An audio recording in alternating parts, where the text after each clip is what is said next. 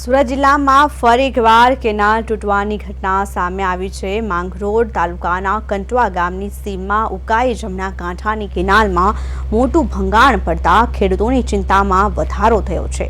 50 વર્ષથી વધુ જૂની આ કેનાલ તૂટવાને કારણે આસપાસના અનેક ગામોમાં ખેતરો જળબંબાકાર થઈ ગયા છે। મહત્વનું એ છે કે આ કેનાલનું નિર્માણ વર્ષ 1972માં કરવામાં આવ્યું હતું અને છેલ્લે 2016માં તેનું રિનોવેશન થયું હતું અને છતાં પણ આજે તેમાં ભંગાણ પડતા તંત્રની કામગીરી સામે સવાલ ઉઠ્યા છે। કેનાલ તૂટવાની જાણ થતાં જ સિંચાઈ વિભાગના ઉચ્ચ અધિકારીઓનો કાફલો ઘટના સ્થળે દોડી આવ્યો। પરિસ્થિતિને કાબૂમાં લેવા માટે તાત્કાલિક અસરથી કેનાલમાં પાણીનો પ્રવાહ રોકી દેવામાં આવ્યો છે। કેનાલમાં પડેલ આ ગાબડાનું સમારકામ યુદ્ધના ધોરણે શરૂ કરી દેવામાં આવશે અને આગામી 3 દિવસમાં આ કામગીરી પૂર્ણ કરી ફરીથી પાણી પુરવઠો શરૂ કરવામાં આવશે।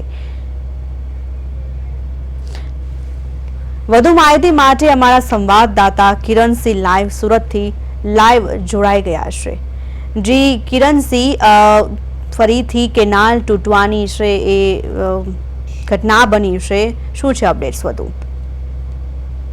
જી બિલકુલ, માંગરોળ તાલુકાનું જે કંટવા ગામ છે એ કંટવા ગામને ઉકાઈ જમણા કાંઠાની જે કેનાલ પસાર મોડી રાત્રે કેનાલમાં ભંગાણ પડ્યું છે અને કેનાલનું પાણી છે આજુબાજુના વિસ્તારોની જે ગામ આવેલા છે તેની સીમમાં ફરી વળ્યા છે।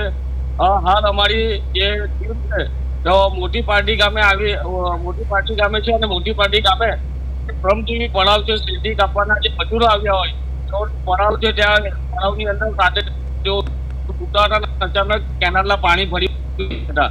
તમામ લોકો પોતાનો સામાન ભાગ્યા હતા। સામાજિક જી કિરણસિંહ, 50 વર્ષ જૂની આ કેનાલ છે, છેલ્લે 2016માં રિનોવેશન કરવામાં આવ્યું હતું અને આવી રીતે જળબંબાકાર કેનાલ તૂટવાથી જળબંબાકારની સ્થિતિ સર્જાય છે, તો શું કોઈ મેન્ટેનન્સ નહોતું રખાઈ રહ્યું? આ શું એક પ્રકારની ગંભીરતા ના કહી શકાય, બેદરકારી ના કહી શકાય? જી બિલકુલ, 1972માં આ કેનાલ બની હતી। 2016માં એનું રિનોવેશન કરવામાં આવ્યું હતું, પરંતુ આ રિનોવેશન કરવામાં આવ્યા બાદ પહેલા દિવસથી આ કેનાલ તૂટી હતી અને ત્યારથી સતત આ કેનાલ તૂટી રહી છે। થોડા સમય પહેલા પણ કેનાલ તૂટી હતી અને પાણી ખેતરોમાં ઘૂસ્યા હતા અને ફરી એકવાર આ કેનાલ તૂટી છે અને આ વિસ્તારના ખેડૂતો દ્વારા વારંવાર કેનાલની કામગીરીને લઈને સવાલ ઉઠાવ્યા હતા। શરૂઆતથી જ આ કેનાલની કામગીરીમાં સવાલ ઉઠાવ્યા હતા અને ખેડૂતોની જે વાત હતી તે સાચી પડી રહી છે, કારણ કે અવારનવાર કેનાલ તૂટે છે એટલે આ વિસ્તારના લોકો તો તે સમયથી જ ભ્રષ્ટાચારના આક્ષેપ કરી રહ્યા હતા। આજે જયારે કેનાલ તૂટી છે ત્યારે તેના પાણી છે આજુબાજુના ગામડાની સીમમાં પાણી ઘૂસી ગયા છે અને લોકોના ઘર સુધી પાણી આવ્યા છે। લોકો પરેશાન છે, ખાસ કરીને જે શ્રમિકો હતા તેઓના ઘર સુધી પાણી ઘૂસી ગયા છે અને તેઓ સુરક્ષિત જગ્યા પર હટી ગયા છે। પણ આપણી કેટલાક સ્થાનિક લોકો છે જે આપણી સાથે છે, આપણે એમની સાથે વાત કરવાનો પ્રયત્ન કરીએ। હું તમને ખેડૂત નેતા છે કેતન ભટ્ટ છે, આપણે એમની સાથે વાત કરીએ। કેતનભાઈ, કેનાલ તૂટવાને લઈને આપ શું કહેવો છો? 2013 અને 14માં ઉકાઈ જમણા કાંઠા કેનાલનું કન્સ્ટ્રક્શનનું કામ શરૂ કરવામાં આવ્યું હતું ત્યારે એક ખેડૂત આગેવાન તરીકે મેં મારા ફરજના ભાગરૂપે સ્થળ વિઝિટ લઈ હતી અને જે બાંધકામની શરૂઆત થઈ હતી એ દિવસથી જ આ કેનાલમાં વાપરવામાં આવતું મટીરિયલ હતું, જેમ કે કપચીમાં લાઈમ હતો, રેતીમાં કાદવ હતો અને એની જે ચીટનેસ હતી એ ચીટનેસ બાબત પણ આ કોન્ટ્રાક્ટર દ્વારા જે તે સમયે બેદરકારી રાખવામાં આવી। થર્ડ પાર્ટી ટીમ ઇન્વેસ્ટિગેશન જે ટીમ સરકાર મોટી મોજૂદ હતી એમને પણ આ બાબતમાં અમે વારંવાર રજૂઆત કરી હતી, પરંતુ અફસોસ સાથે કહેવું પડે છે કે નાનુભાઈ વાનાણી જે તે સમયે બાંધકામ વખતે સિંચાઈ મંત્રી હતા, એમણે કંટવા ગામ ખાતે સ્થળ વિઝિટ કરી અને આજે પહેલા બાંધકામમાં ભ્રષ્ટાચાર કે ગેરરીતિ થઈ હતી તે બાબત યોગ્ય પગલાં લેવાની ખાતરી આપી હતી, પરંતુ આજ સુધી એમાં કોઈ પણ તપાસ થઈ નથી અને એના કારણે જે હલકી ગુણવત્તાની મટીરિયલ વાપરવામાં આવ્યું છે એના કારણે ખેડૂતોના પાકમાં નુકસાન થયું છે, શ્રમિક વર્ગ હેરાન થઈ રહ્યો છે અને વારંવાર ગાબડા પડવાના કારણે સરકારને પણ નુકસાન થઈ રહ્યું છે। સ્થાનિક ખેડૂતો કહી રહ્યા છે કે શરૂઆતથી જ એટલે કેનાલમાં ગાબડા અવારનવાર પડતા હોય છે। ત્યારે હું કેમેરામેનને ફરી કહીશ કે મારા પાછળના જે દ્રશ્યો બતાવે, આપ જોઈ રહ્યા છો મોટી પાર્ટી ગામના દ્રશ્યો છે, જે શ્રમિકો છે તેઓનો પડાવ આવેલો છે તેમાં પાણી ભરાઈ ગયા છે। 10-15 વાર જેટલું શું હતું અને અચાનક પાણી આવવાનું શરૂ થયું। નાના બાળકોને લઈને તેઓ રાત્રે દમ પચાસ બાળકોને લઈને સુરક્ષિત જગ્યા પર ઘસી ગયા હતા, પરંતુ તેઓનો પ્રવૃત્તિનો સામાન પકડી ગયો છે જે પરિવાર છે કેમેરા દ્રશ્ય બતાવવાના પ્રયત્ન કરેલ તમામ જે શ્રમિકો છે એમને પડાવમાં પાણી ઘૂસી ગયા છે. તેઓ સાઈડ પર પોતાના પશુઓ લઈને સાઈડ પર આવી ગયા છે. ઘરવખરીનો સામાન ફરકી ગયો છે અને તેઓ ચિંતામાં મુકાઈ ગયા છે.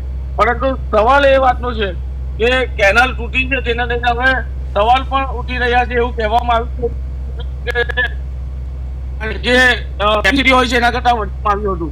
એના કારણે આ કેનાલ તૂટી હોવાનું અનુમાન લગાવવામાં આવે છે. કિરણસિંહ, દ્રશ્યો જોતા ખૂબ જ ભયાનક સ્થિતિ જોઈ શકાય છે. રીતે જળબંબાકારની સ્થિતિ દેખાઈ રહી છે. અંદાજે કેટલા લોકોની વસ્તી છે, કેટલા લોકો ત્યાં વસવાટ કરી રહ્યા છે અને ઘર વખરીની સામાન સહિત કેટલા જાન નુકસાન થવાની જે આશંકા છે? જી બિલકુલ, ખાસ કરીને આજે કેનાલના પાણી ફરી રહ્યા છે એટલે જે ગામની સીમમાં જે કોઈ હમણાં શેરડીનું કટિંગ હોય તો એ મજૂરો આવ્યા હોય તો એમના પડામાં પાણી ઘૂસી ગયા છે. ઉભો પાક, ખેડૂતોનો ઉભો પાક છે તેમાં પાણી ઘૂસી ગયા છે અને જે પાલકો છે તેઓના એમાં પણ પાણી ઘૂસી ગયા છે, જેના કારણે લોકો ચિંતામાં મુકાઈ ગયા છે. અધિકારી કેનાલો બંધ કરી દીધી છે. 3 દિવસનો સમય લાગશે રિપેર કરવાનો, પરંતુ હાલ જે ખેડૂતો અને શ્રમિકો છે તેનો નુકસાનનો વારો આવ્યો છે. જી કિરણસિંહ, આટલી મોટી ઘટના બની છે, અત્ર તત્ર સર્વે પાણી જોઈ શકાય છે. શું હજુ પણ સિંચાઈ વિભાગ હાથ પર હાથ ધરીને બેઠો છે કે હજુ સુધી શું કોઈ પણ પ્રકારની કામગીરી શરૂ કરવામાં આવી છે? હજી બિલકુલ સિંચાઈ વિભાગ દ્વારા કામગીરી કરવામાં આવતી હોય છે, પરંતુ કેનાલ જયારે તૂટે છે ત્યારે કેનાલ બંધ કરીને યુદ્ધના ધોરણે કામગીરી કરવામાં આવતી હોય છે. પરંતુ આજે પણ ઉકાઈ જમણા કાંઠાની કેનાલ ઠેર ઠેર જગ્યા પર તૂટી છે. એટલે કે એવું કહી ના શકાય કે આ રિપેર કર્યા બાદ ફરી આ કેનાલ બીજી જગ્યા પર ના તૂટે, કારણ કે મોટા ભાગે કેનાલ તૂટી ગઈ છે. 256 કરોડના ખર્ચે તે સમયે જયારે અનુભાઈ વાળાની કરવામાં આવ્યું અને પહેલા ટેસ્ટિંગમાં કેનાલનું થિકનેસ તૂટી ગયું હતું અને ત્યારે જ સ્થાનિક લોકો જે ખેડૂતો છે તેને વિરોધ પણ કર્યો હતો. પરંતુ સવાલ એક થાય છે કે જયારે કેનાલ તૂટે છે ત્યારે ચર્ચા થાય છે, પરંતુ જે અધિકારીઓ છે, જે જવાબદારો લોકો છે તેની સામે કાર્યવાહી કરવાની આવે છે, પણ જયારે એવા લોકોના નામ આવતા હોય છે જેના કારણે ભાઈ આખી કાર્યવાહીને બદલાઈ જતી હોય છે. એટલે આ વિસ્તારની અંદર સુરત જિલ્લો છે. કિરણસિંહ, જે રીતે લોકો અત્યારે પૂર જેવી સ્થિતિમાં હવે પોતાના ઘર વખરી બધી પાણીમાં તણાઈ રહી છે, શું એ લોકોને હવે સુરક્ષિત સ્થળાંતર કરવામાં આવશે?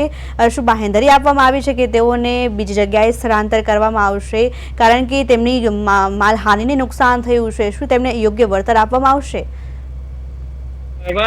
જી બિલકુલ, હાલ તો સૌથી પહેલા તો કેનાલનું પાણી બંધ કરવામાં આવ્યું છે, કારણ કે ઉકાઈ જમણા કાંઠાની કેનાલ છે એટલે અંકલેશ્વર સુધી આ પાણી જતું હોય છે.